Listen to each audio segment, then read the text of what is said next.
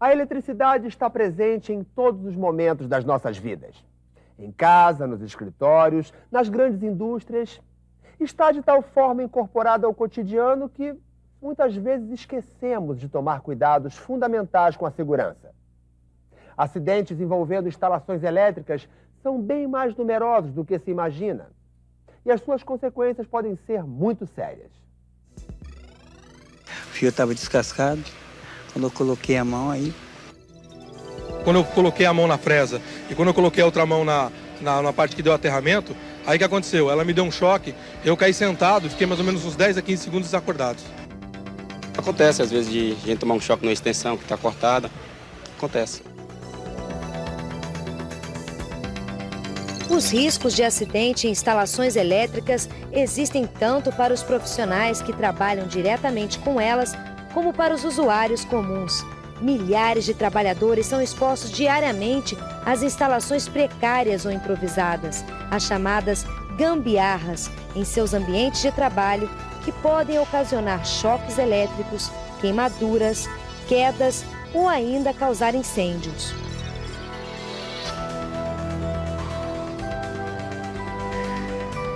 O risco de exposição também varia dependendo da atividade. Ele é menor em setores como comércio ou escritórios, aumenta nas indústrias em geral e é alto nas concessionárias de energia elétrica. Mas, sobretudo, se torna um perigo grave e iminente nas atividades que não adotam todas as medidas de proteção requeridas ou que apresentam falhas ou negligência nas condições de segurança das instalações elétricas.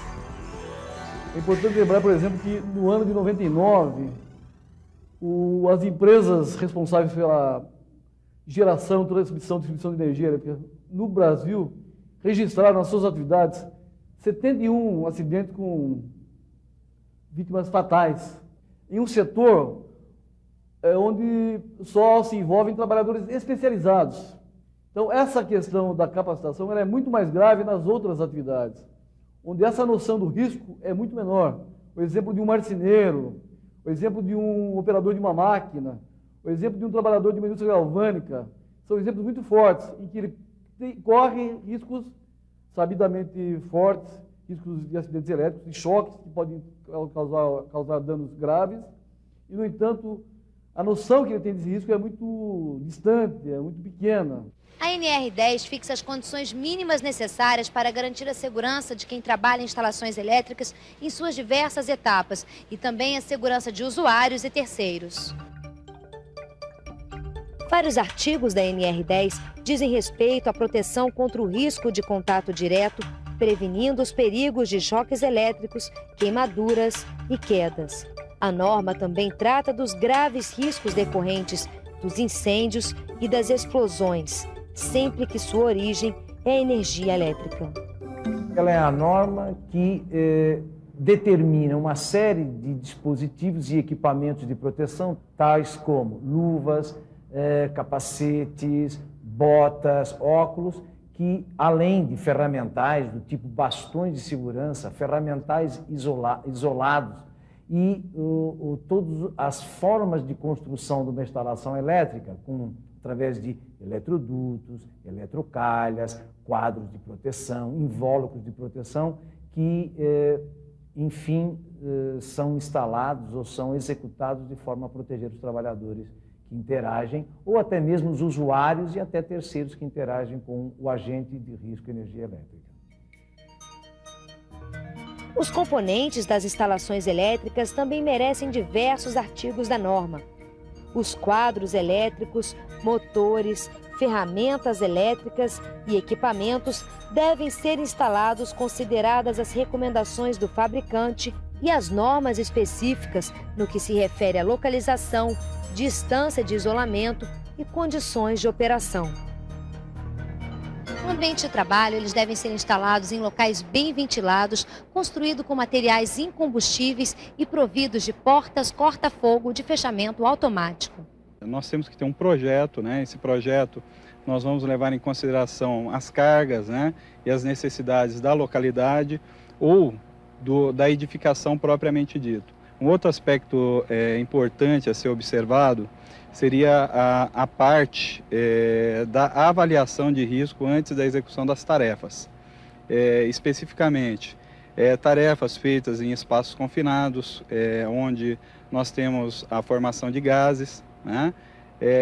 A utilização de bloqueios, né? Os bloqueios de proteção dos equipamentos antes do início da manutenção, e a checagem, né, dos aspectos dielétricos do equipamento antes do início da manutenção.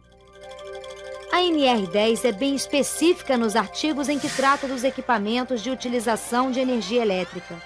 Por exemplo, as instalações destinadas à utilização de ferramentas elétricas portáteis devem ser aterradas e protegidas da água. É proibida a ligação simultânea de mais de um aparelho à mesma tomada de corrente, com o emprego de acessórios que aumentem o número de saídas, como os benjamins, por exemplo. Isso só pode ser feito se a instalação tiver sido projetada com essa finalidade.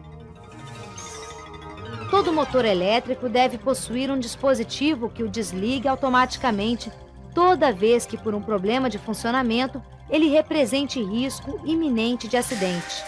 Os equipamentos de iluminação devem estar adequados ao ambiente em que serão instalados e possuir proteção externa.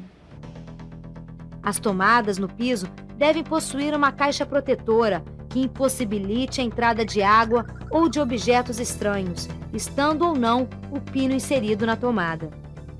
A NR10 ainda estabelece a obrigatoriedade da proteção ao trabalhador, através de sistemas de proteção coletiva, como isolamento físico das áreas, sinalização, aterramento provisório e outros. Quando tais medidas não forem suficientes, ela indica o uso por parte do trabalhador de equipamentos de proteção individual, como varas de manobra, escadas, detectores de tensão, cintos de segurança, capacetes e luvas. Existe aí uma resistência tanto do trabalhador como muitas vezes também do empregador, em relação, no caso do trabalhador, ao uso dos equipamentos de proteção individual adequados, e no caso do empregador, até na própria capacitação dos trabalhadores. Porque acho que a melhor maneira de romper essa resistência dos trabalhadores é mediante um processo educativo, é mediante cursos, palestras, enfim, recursos que possam representar um processo de educação. O EPI e o EPC são muito importantes para o trabalhador? Sim. De forma geral, o correto seria nós eliminarmos, né, os riscos na base, junto já na execução do projeto. Mas isso nem sempre é possível. Então, nas situações onde nós não temos condições de eliminar os riscos, né, através de projetos ou de equipamentos, né, nós utilizamos os EPIs. Então, eles se fazem muito importantes, porque eles vão controlar o risco, evitando que ele vire um fato indesejado vindo a vitimar o nosso trabalhador. O que você está utilizando de EPI? Olha, nesse momento, EPI, eu tenho esta roupa, que é uma roupa especial, luvas, óculos, capacete, botas, e agora, padrão da empresa, é essas faixas refletivas, que é para trabalho na área externa de rua e trabalho noturno. Somente os trabalhadores que possuem comprovada qualificação ou capacitação poderão interagir com serviços e instalações de eletricidade. Nenhum trabalhador poderá ser autorizado a realizar intervenções em instalações elétricas se não possuir qualificação ou capacitação. Existe uma série de regras e procedimentos estabelecidos na NR10, que tem como objetivo garantir a segurança nas instalações elétricas. Essas instalações devem ser planejadas e executadas de maneira a não prejudicar o meio ambiente. A energia elétrica é reconhecidamente importante para o desenvolvimento econômico, tecnológico e também para o conforto da vida moderna. E a consciência dos riscos que ela traz para o homem e para o meio ambiente é fundamental. Medidas de proteção existem e elas estão aí mesmo para serem tomadas. Aquele abraço.